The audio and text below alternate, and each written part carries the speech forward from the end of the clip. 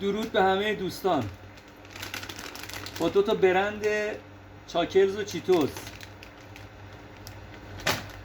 چاکلز 70 گرم وزن خالص با نایلون و باد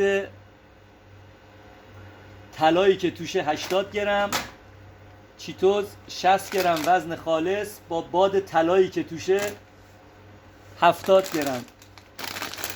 باد طلا که میگم به خاطر اینکه سیب زمینی الان از کشاورز نهایت 15-20 تومن خریداری میشه و بیرون تو مغازه 30-40 تومنه، ولی این 60 گرم سیب زمینی ما تو ماشین حساب زدیم کیلویی 600,000 تومن در میاد. با چه معیار و متری این قیمت گذاری شده؟ 36,000 تومن 60 گرم و چاکلز 70 گرم 30,000 تومن. 6,000 تومن حالا گرونتر از اینه به خاطر برندش، پول برندش رو میگیره و تقریبا 10 گرم از چیتوز کمتره.